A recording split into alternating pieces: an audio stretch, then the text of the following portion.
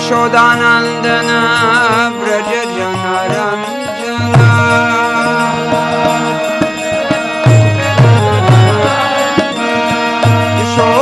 Yashodanandana Braja Janaranjana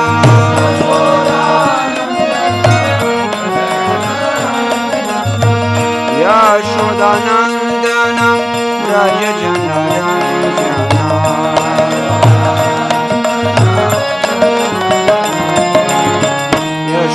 Yashodanandana Braja Janaranjana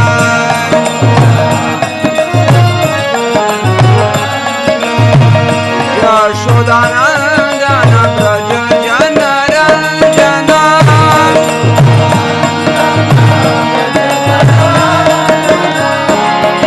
Yashodanandana Braja Janaranjana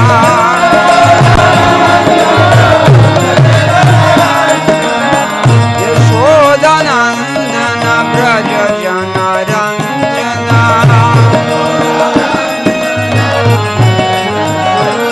Yamuna Tira Vanachari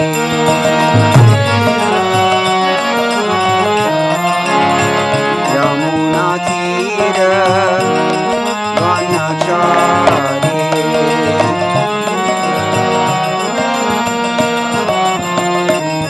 Yamuna Tira Vanachari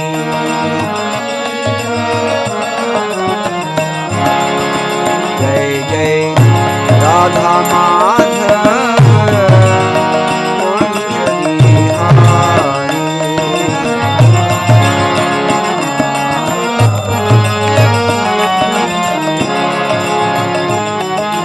Radha Madhava Kunj Bihari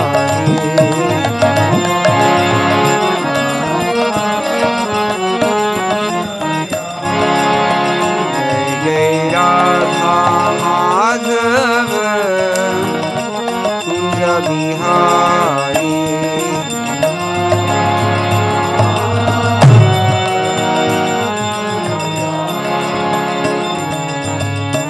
Gaura Premanande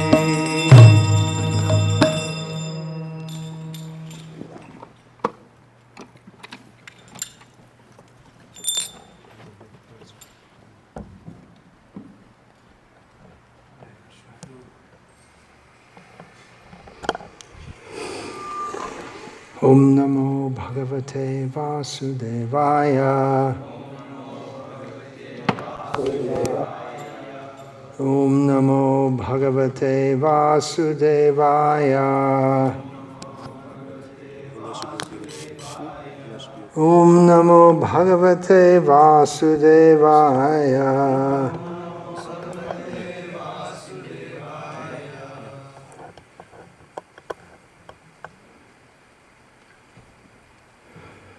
Om Ajnana-timirandhasya Jnananjana-shalakaya Chakshurinmilitam Yena Tasmai Shri Gurave Namaha.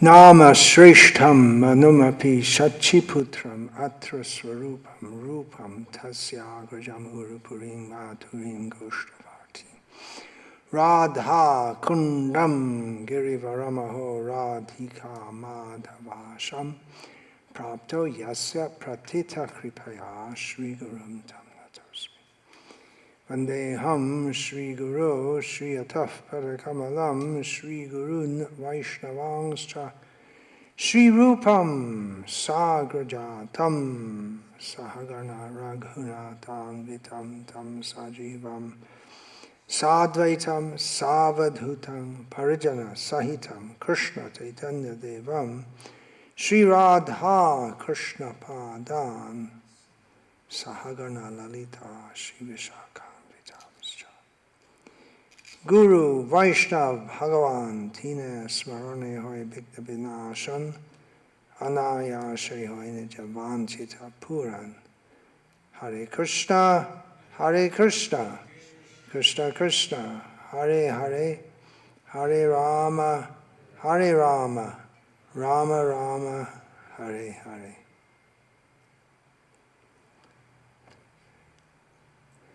As we very happily welcome again Mukunda Datta Prabhu and his better half, as they say in English, or just half, Ardangini. Also, I'll just make a note to remember one of our godbrothers who departed the world just 2 days ago, Paradheya Prabhu, who most of you, I presume, didn't personally know. Don't worry, there's a whole eternity ahead. Did you have his association sometimes? No. I spoke about him previously. He was there just when I joined. He was already joined there, and we had some very meaningful times together. Now he's passed on. Congratulations to his wife also for being a wife for the last few years when he was physically incapacitated. She wouldn't have thought of doing anything else, as any traditional Hindu wife wouldn't think of doing anything else. But it's more difficult for her in that situation because traditionally there's a whole family and village and community to help, and she was just looking after him alone. So we remember him with love and respect, and knowing very well that there's nothing to be lamented.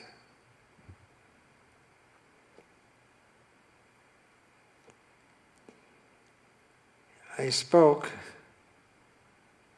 the other morning on fall down from Krishna consciousness. Not a very enlivening subject, we may say, but a relevant subject, as it happens, as I mentioned. There may be gross fall down, philosophical fall down. It's something like the different kinds of pralaya which are mentioned in the Bhagavatam. One of them is nitya pralaya. It's always going on, all the time. The action of time is always degenerating.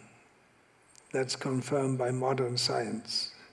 Cells are becoming destroyed, and time degenerates bodies, societies, civilizations, and the whole universe. So, in the same way, there's nitya pralay in our way we experience again and again our own. It may not even be visible, but within our own minds, how we don't always mentally adhere to the desired level of Krishna consciousness. But that's to be expected, because we are in sadhana dasha. We're in the stage of trying to become purified, and that means that we're not fully pure. That doesn't mean it's good. It's not good to be anything but fully Krishna conscious. That's one perspective. Another perspective, that is good that at least we're trying to be Krishna conscious. So it can be expected. There'll be ups and downs, but the check has to be there. That which we're very afraid of is that we go down so badly that it's not just a matter of readjusting. It's not that we're basically practicing Krishna consciousness and we're just adjusting and keeping on with the practice, but we actually can get to the point where we're not even properly practicing. And that's a disaster. If someone takes to Krishna consciousness, it's a great loss if we consider how much we're trying to bring people into Krishna consciousness, and then they practicing it, and then they just seemingly throw away the opportunity, and so much training, so much effort has gone into them. And then they're gone. It's like in the army, so much training goes into making a soldier fit for fighting. So to even lose one is a loss. What to speak if they are a part of the elite corps. Well, from another perspective, spiritual advancement and activities in Krishna consciousness, they're never lost. Neha bhikramanaşosti pratyavayo na vidyate swapamapyasya dharmasya trayate mahato bhayat. You all know this verse. Do you? You all know this verse? Do you know? Yes. You don't know. You don't know it. You should learn. You're quite new.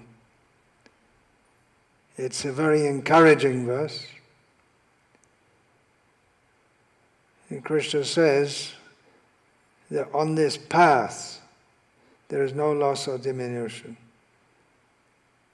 And anything we do, even if it's only a little advancement in Krishna consciousness, can save us from the greatest type of fear. Elsewhere, Srila Prabhupada explains that the greatest type of fear is falling into a lower species. So at least you should get a human form of life next time round. Also, nahi kalyana krit kaschit durgating tata gacchati.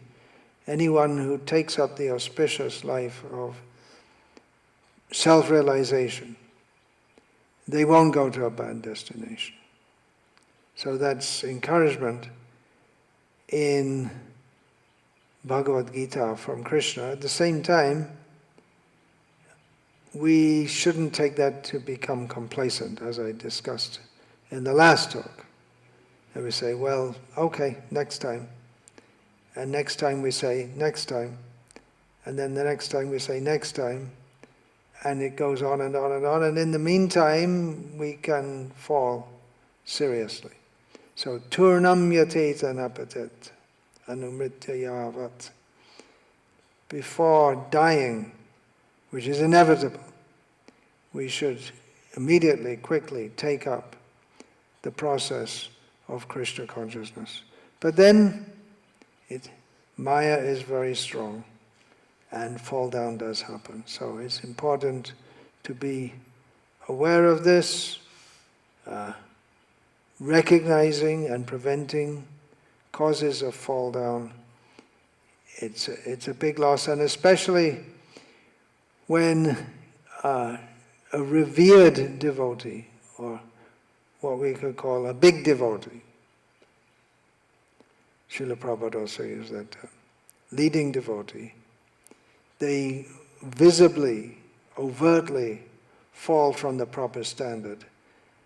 It causes, not only does it cause havoc in their own personal spiritual advancement, but can be very disturbing and discouraging to others also, who may doubt the very process of Krishna consciousness. We may think, well, if someone so high, so respected, if they can fall, then what hope is there for me?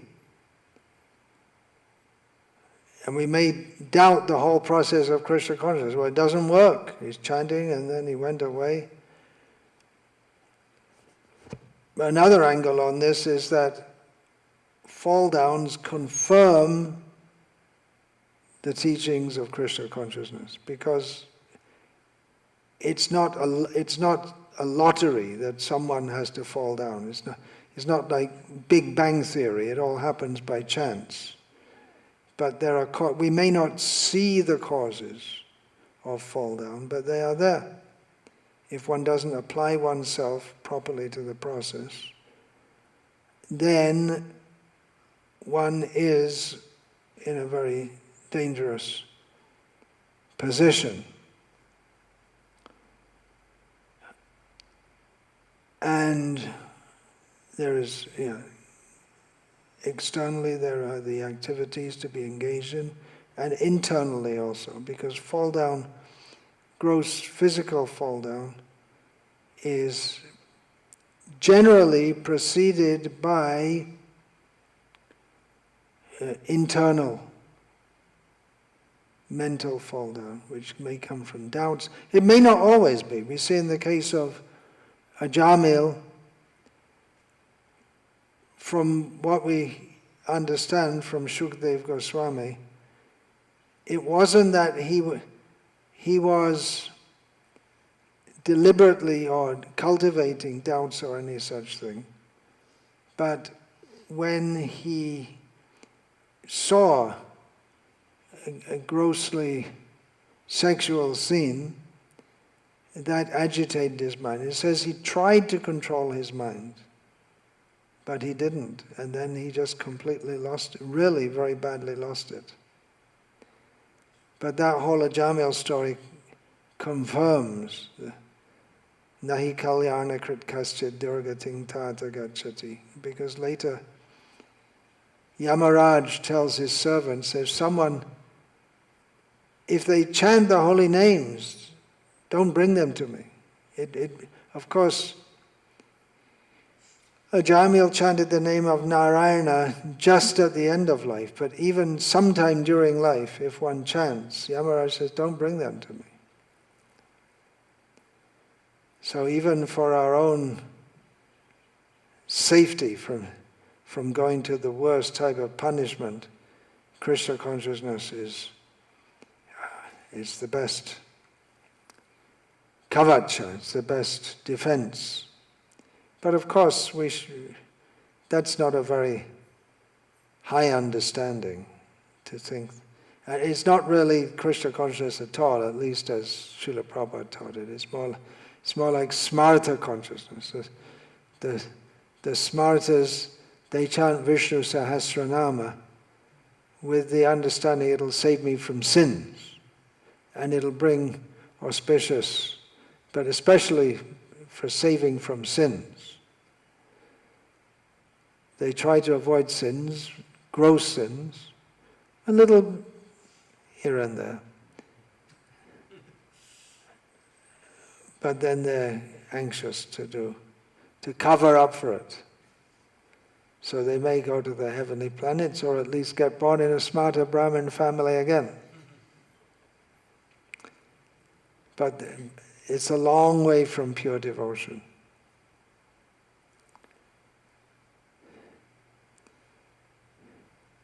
But fall downs, they confirm rather than negate their philosophy. We shouldn't think there's something wrong with Krishna consciousness.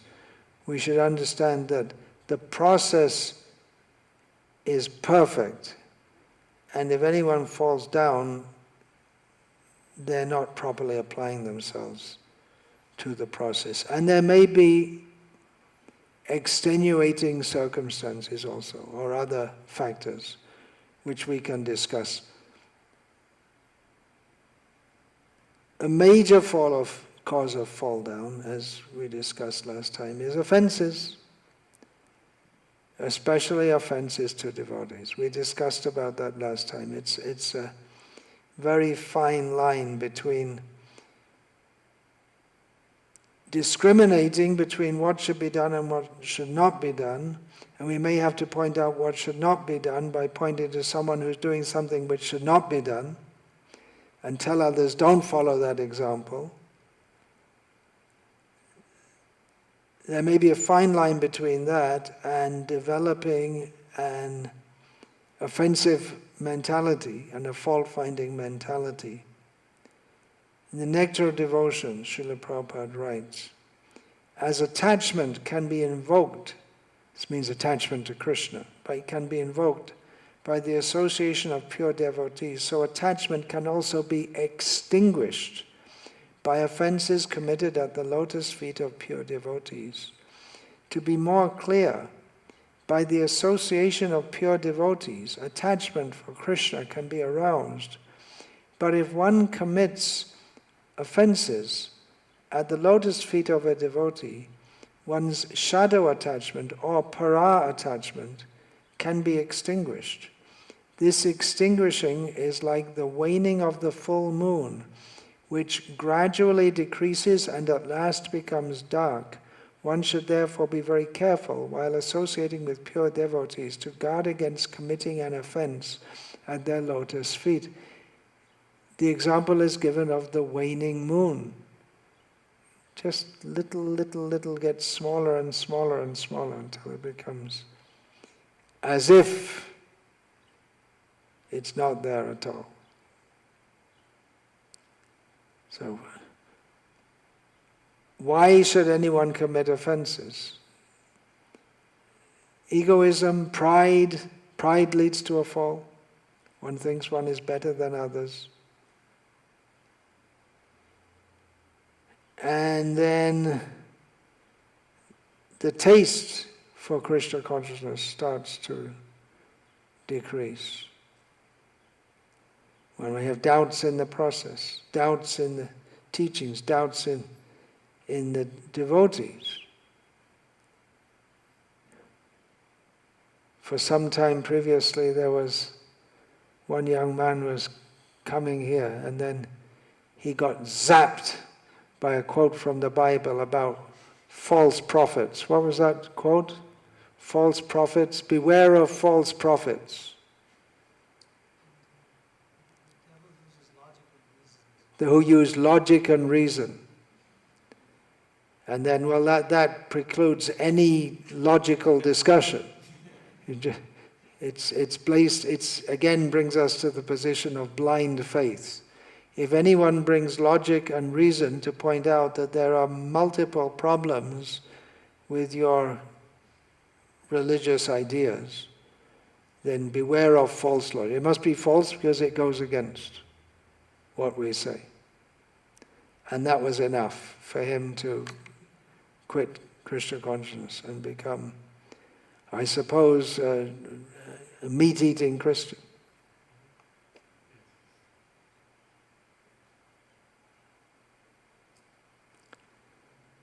Doubts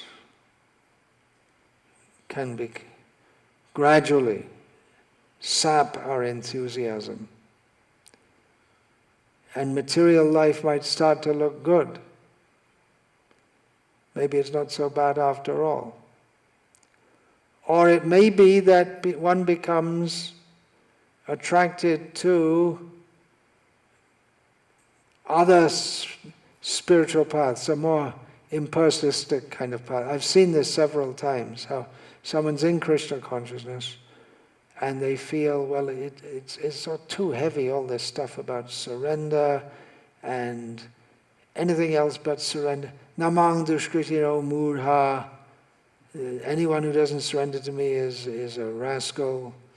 And it's a bit too much, and all this pushing.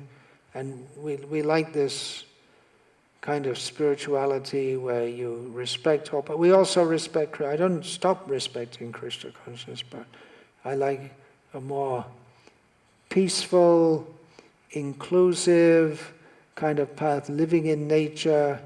I've seen this several times, that devotees, they become attracted to this more peaceful, more spiritual. Not so spiritual, all this heavy stuff. And maybe some of them also add a little traditional Indian spirituality. As I mentioned last time, smoking little marijuana to help with the peaceful vibes. It may be. But you see, you're laughing. That just proves the point. You're so judgmental. We shouldn't be judgmental. All spiritual paths are good. They say. Common cause of fall down, neglect of spiritual practices. Does that come before fall down, or when one starts to fall down in the mind, then one neglects spiritual practices? Which came first, the chicken or the egg? Krishna himself mentions or describes the process of fall down. It means one is Bhagavad Gita, Krishna says, to meditate upon me, mamanusmara yudhyacha, manmana, always think of me, ananyas chintayanto mam, always thinking of me. And if we don't think of Krishna, we're going to think of Maya.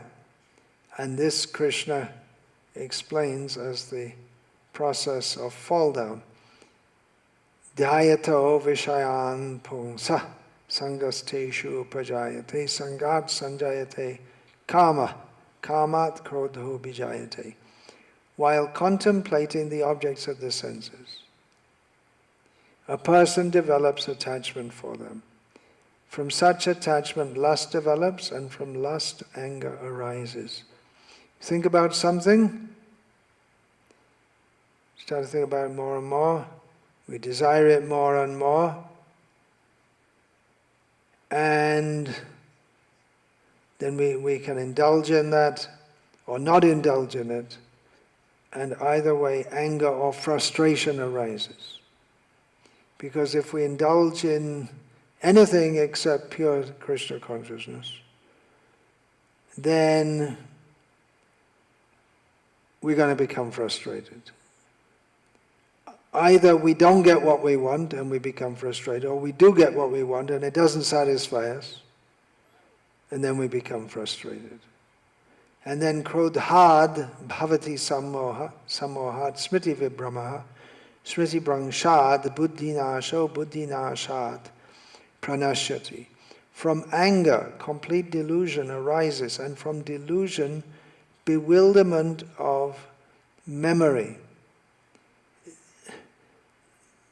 These are very similar states.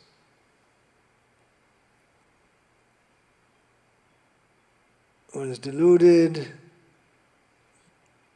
bewilderment of memory means that we forget what we're supposed to be doing. Everything we learned, everything we committed to, it just gets thrown out. And then when memory is bewildered, intelligence is lost, and when intelligence is lost, one falls down again into the material pool. This is the process of fall down. In the purport to the first of these two verses, Srila Prabhupada writes, in the material world, everyone, including Lord Shiva and Lord Brahma, to say nothing of other demigods in the heavenly planets, is subjected to the influence of sense objects. And the only method to get out of this puzzle of material existence is to become Krishna conscious. So really we're in a dangerous position as long as we're not fully Krishna conscious. In the purport, Srila Prabhupada also gives the example of Haridas Thakur, how he couldn't be tempted because he was fully Krishna conscious. We have the example of Bharat Maharaj, who was highly advanced, but he went through this process. He became attached to a deer. And then he fell down.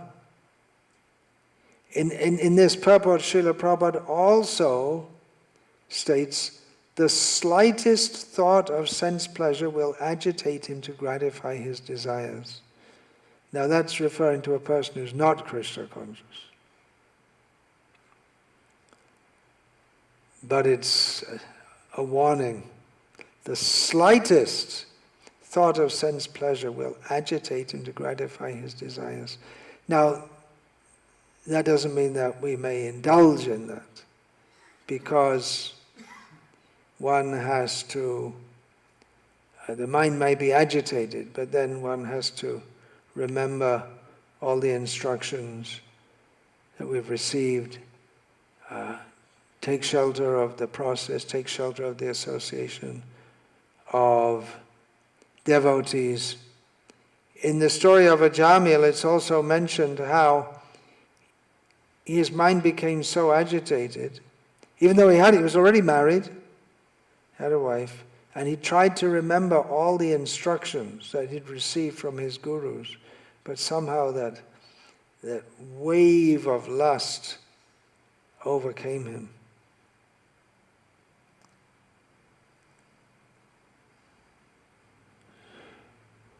These are points to consider, how this atmosphere of Krishna consciousness, we're in Vaikuntha bubble, oasis in the desert, Srila Prabhupada said, that the centers of Krishna consciousness, they're meant to be oases in the desert of material existence. There's a place where we can come and get spiritual refreshment and nourishment. It's not only water you get in the oasis, but you'll get some food, at least some dates, and you get some shade.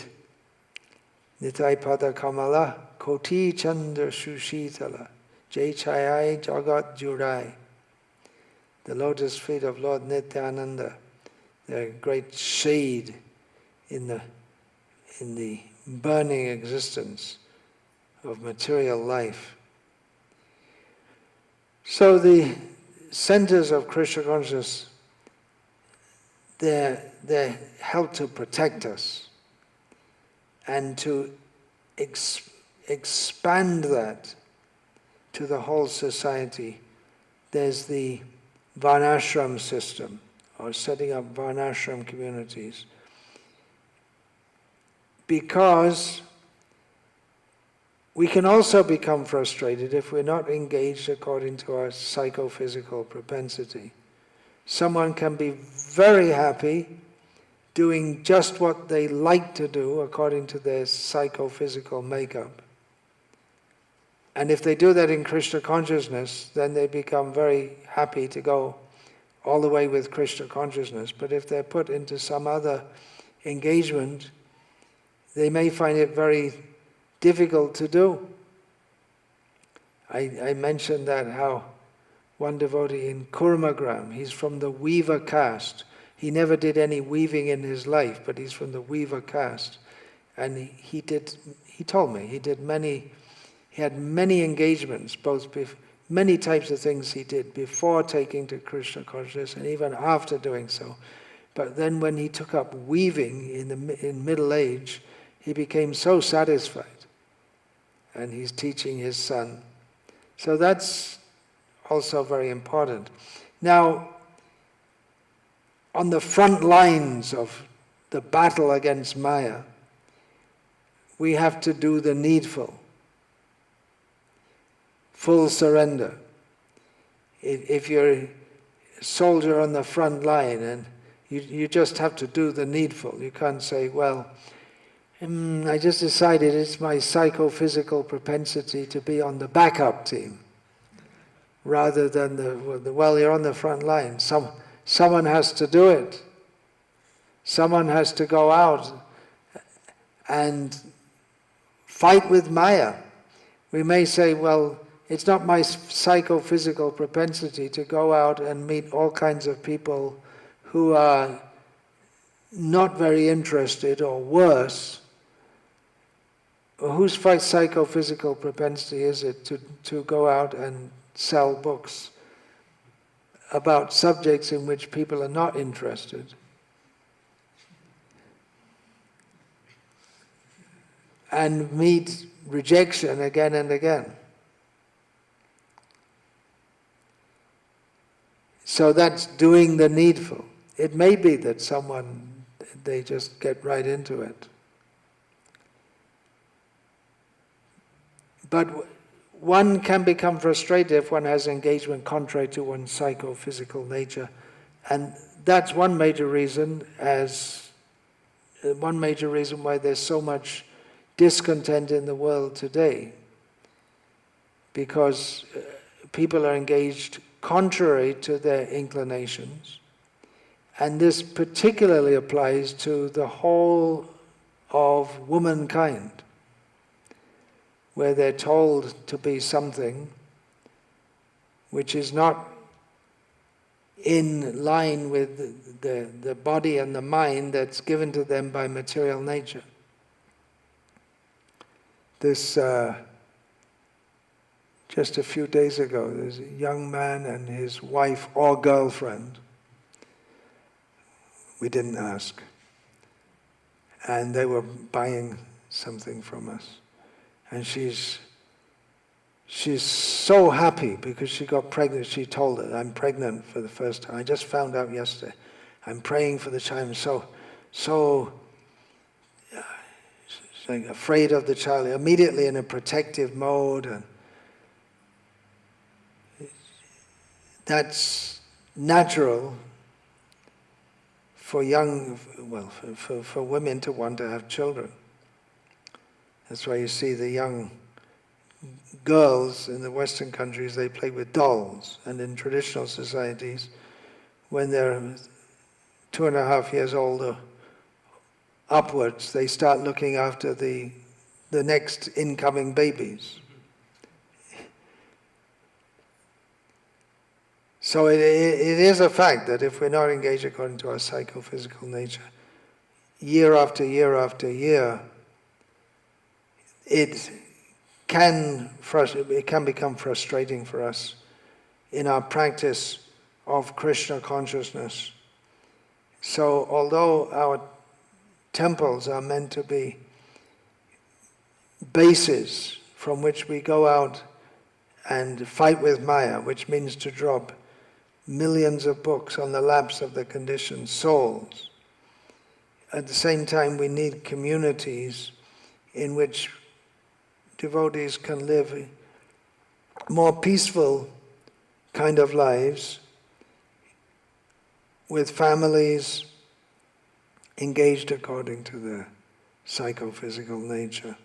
Otherwise, it may be that if one is not satisfied even on the mental platform, then that leads to dissatisfaction with the whole endeavor of Krishna consciousness. That may be a factor.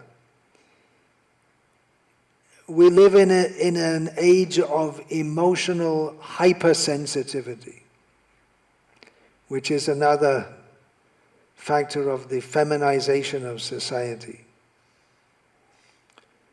in which people are very, very concerned about their feelings and their emotions, which, to get things done in the world, you can't always put your feelings and your emotions first.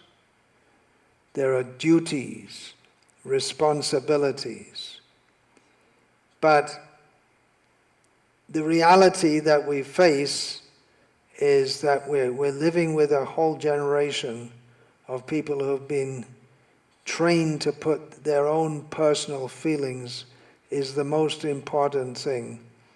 And what you feel like is considered the most important thing, which changes at every moment, especially for that half of the human race which I just mentioned.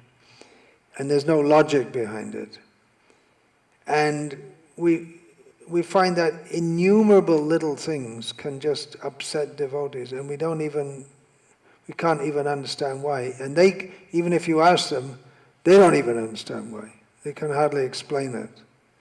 There may be valid things also. It may be little things which don't seem that such a big thing that you could get so upset that you want to go away from Krishna consciousness. But when it's going on and on and on, again and again, you might just want to get a good night's sleep, for instance, and then someone's snoring. How many devotees could sleep in this room? Probably more than 100. So, dormitory sleeping, and then someone snoring. And light sleepers, they can't sleep. And there's no opportunity in the day either. And that can be enough, just day after day after day, you get so fed up. I need my own independence. Why? And they may give so many reasons. The real reason is they want to have a place where they can just go to sleep. That's all. Or maybe someone rises, they have the habit of rising very early. I remember in one place I was staying, there was one devotee, he'd always set his alarm for 2 o'clock. He'd never get up at 2 o'clock. He'd never get up at 2 o'clock. But he'd wake me up every morning. And then it would go off after something, and then again it would go off at 2:20. And he wouldn't wake up. And he wouldn't stop setting his alarm earlier either. And he couldn't understand why I was upset with him, because I can't sleep properly. He'd usually be late for Mangalarti, if he attended Mangalarti at all. But he had this idea that, I want to get up. No, tomorrow I'll get up early. Tomorrow, it's always tomorrow. So this kind of thing. Or it could be that there are so many little things we can get upset with. We don't see it as little, or it becomes gradually, okay, it's little, the next day it's not, it's just a little bit more, the next day a little bit more, and then we come to the camel that breaks the straws. Wait a minute, what is it? Camels break straw, it becomes a camel instead of a straw within our minds. And then the straw that breaks the camel's back. He has this habit of correcting others, doing it from his perspective for their own good, but we have our egoism and we don't want to be corrected, or we just think, why do you have to correct me over every tiny little thing? And then it gets too much. And then we may develop an offensive attitude toward that devotee, who after all is hopefully doing it with a good intention. Or it may be that, I need my own independence. I need a little room. What's the reason? I like different kinds of prasad, which they don't give in the temple. I want to have my own menu.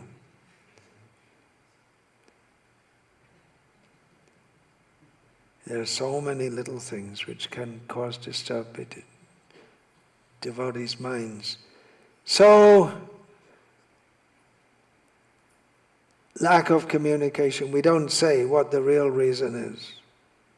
We may not even identify within our own mind what the real reason is. We may not even identify that we're in trouble.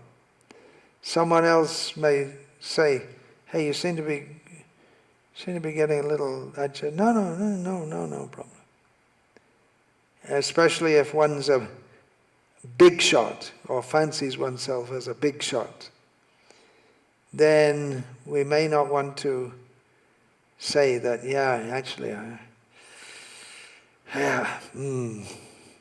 we keep up a facade.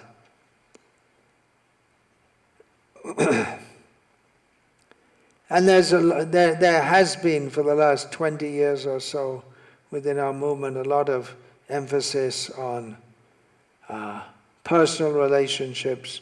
We didn't used to talk about this much at all.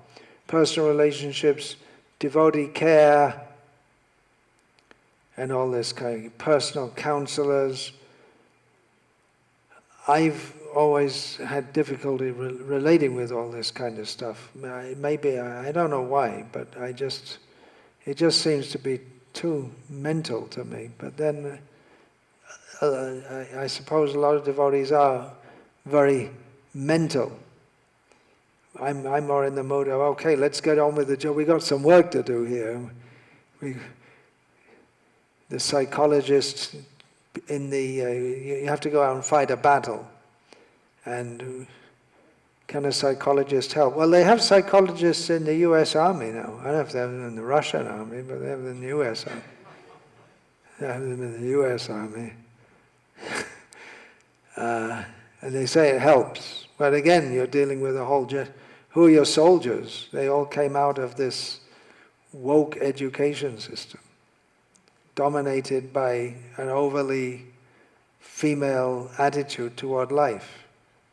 The female attitude to life, that's half. So we're not discounting that, but that's why soldiers are traditionally men, because you just got to go and do the job. So on the front lines of Krishna consciousness, we got a lot of work to do. We got to get things done. We can't just sit around talking about, well, yeah, and yeah, what else? And yeah, and nothing really there. It's all mental fluff, mental candy floss. At least that's what I see it as. But for others, they take it very seriously, and they may go away if they may just need someone to talk to or whatever.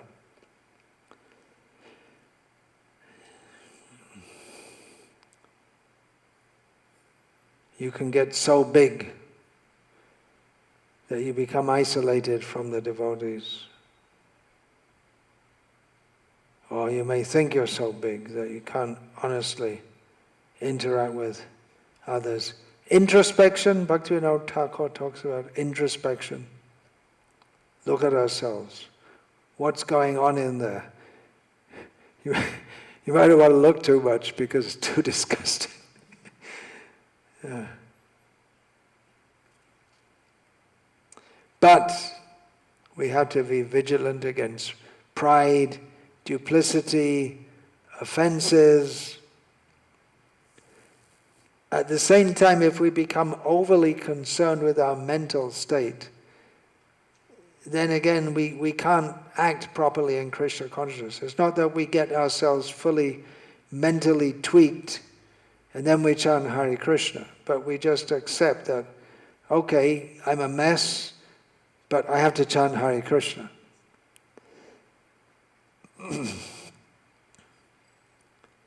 Go on with the process.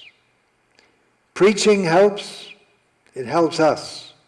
Preaching helps others and it helps us. Srila Prabhupada said once, if we don't go on with this preaching, then everything will just become slackened. There'll be no more Hari Hari Bol. Everything will become slackened off. Unless we're pushing against Maya, Maya will tend to deteriorate us from within. Basic principles of Krishna consciousness we have to keep in mind all the time. We may want to go very high, but it's always good to look what's underneath, how strong is our foundation. There are some basic principles. Asat Sangha Tyag, basic principle. Don't mix with non-devotees. That can mean not just physically mixing, but mentally also. Srila Prabhupada warned about reading Time magazine. He said that by reading this kind of thing, you start to think the material world is real.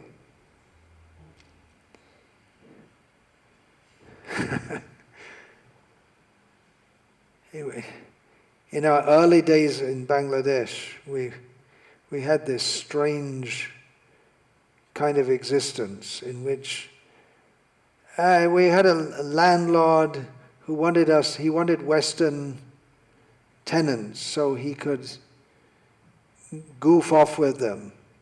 He could interact with them. He fancied himself as being more Western than Bangladeshi, which the demarcation was much more in those days than it is now. So he would like to give, it was either Time, I think it was Newsweek magazine, he'd give it to us and then we're supposed to read it and then we're supposed to discuss it with him. And he was our landlord, so we had to placate him somehow or other, because if the intelligence services come around, they'll come to him first of all, which they did. Time to time they come and question us. The internal security and all this kind of thing. Government agencies. So, okay, I was reading. It's kind of interesting. But then after a few weeks I just started to think, I'm starting to think like America's great. Because that's the underlying message. I thought, what's going on? It must be that Newsweek. They start to think that America's wonderful and America is the panacea for the whole world is just to just recognize that America is the greatest and we should all be like America, which is still going on. There's so much military activity is going on with the idea, that if you're not in line with the American way of thinking, then there's something wrong with your country. We may need to intervene. Send in the military. And don't worry, after we bombed your whole country and there's no food, we'll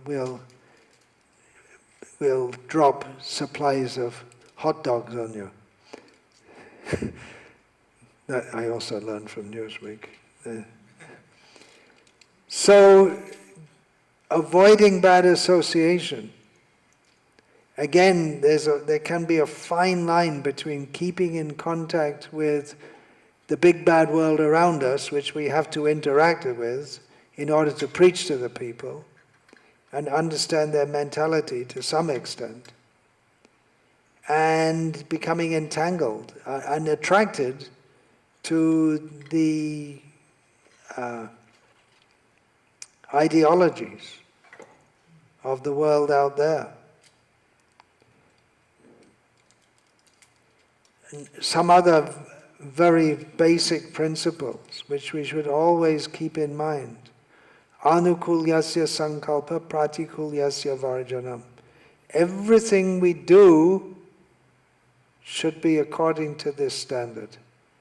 We should do that which is conducive for our advancement in Krishna consciousness, and whatever is not conducive, we should not do it.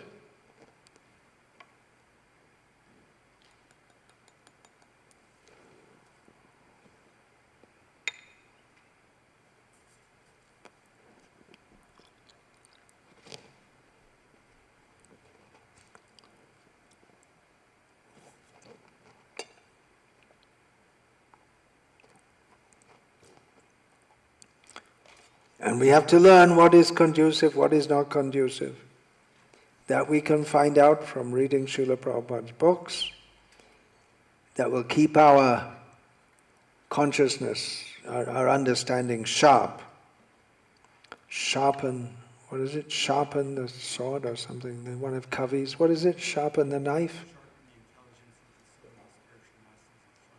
Sharpen the intelligence by referring to the spiritual master's instruction. I was just thinking this Kavi has one of his 7 principles, is it 7 or 8 principles of highly effective people? You have to keep your knife or something sharp. You have to, in other words, your basic tools that we use for what we're doing, we have to see they're in good order. So to keep our intelligence sharp by referring to the instructions of the spiritual master. Basic things. We have to go very high, but we also have to always keep in touch with the basic things. Know what they are. And not think that now I can go very high and I don't have to follow the basic things. Someone who's actually high may not need to follow the basic things, but generally does anyway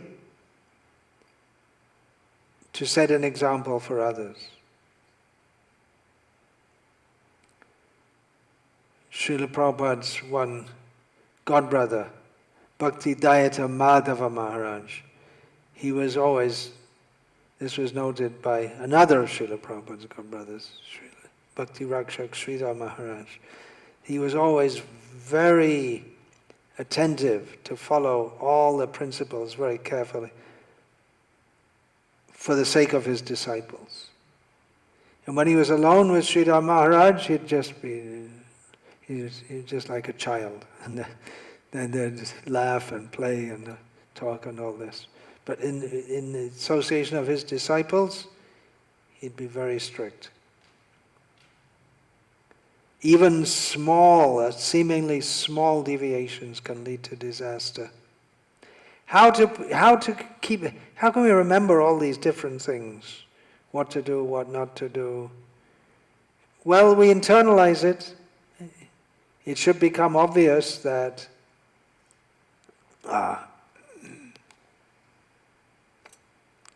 what we need to do and not do should become obvious.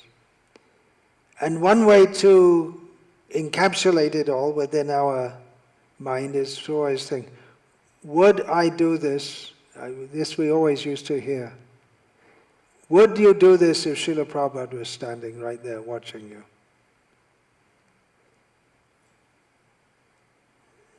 He is. Super Soul is there. Everything is seen. Yeah, even small things can lead to disaster, seemingly small things. Chaitanya Mahaprabhu, we find twice in Chaitanya Charitamrita, Bishoyer onna kaile dushta hoimon. He said this twice. Once in relation to Advaita Acharya and once in relation to Raghunath Das, speaking to Swarup Damodar. Why is that? Eating food, and specifically grains is mentioned here, but food in general, of materialistic people, contaminates the mind, and then man dushta hoile nahe Krishna smaran. And when the mind is contaminated, one doesn't remember Krishna. And then Krishna smriti binu hoy nishfal jivan. Then your life is spoiled. Your life is useless, wasted. Small thing. You have to be very careful. Srila Prabhupada would take meals in the house of pious Indian people. He would do. He said they should become life members first. He would do that with his disciples. And that became the norm. I remember in England, when devotees were traveling for weeks and weeks outside of London, and they would stay in areas in North England where there were many pious Hindus, and they would eat daily in their houses, parties of 2 men. And they mentioned that, you know, even though it's very good cooking, very good cooking, but at the same time it doesn't have that same feel like prasadam.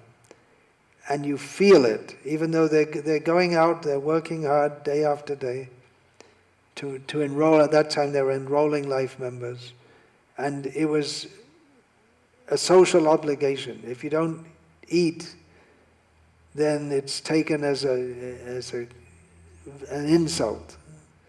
You have to eat in their home. So it became part of the preaching.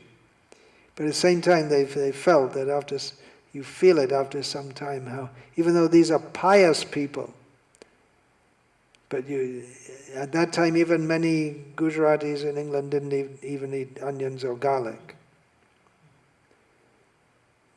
So they hadn't, like Shivaram Maharaj was saying the other day, he'd be initiating these old Gujarati women, they're saying the 4 regulated principles. They don't know what the principles are. They memorize them, but they've never done it. The most sinful thing they've done in their life is drinking tea, probably.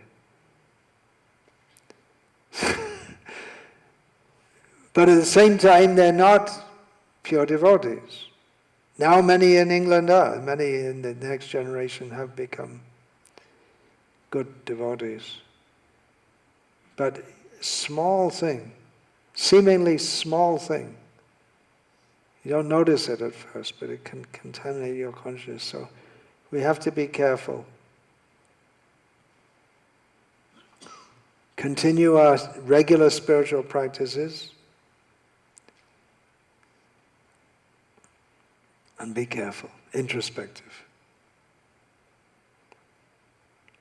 That's general guidelines.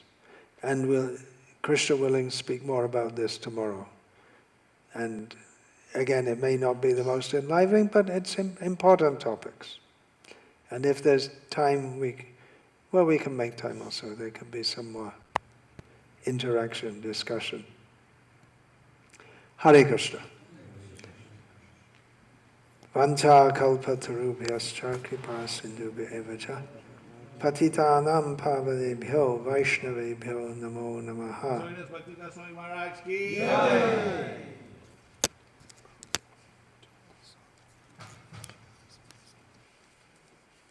I'll need to revise this before tomorrow.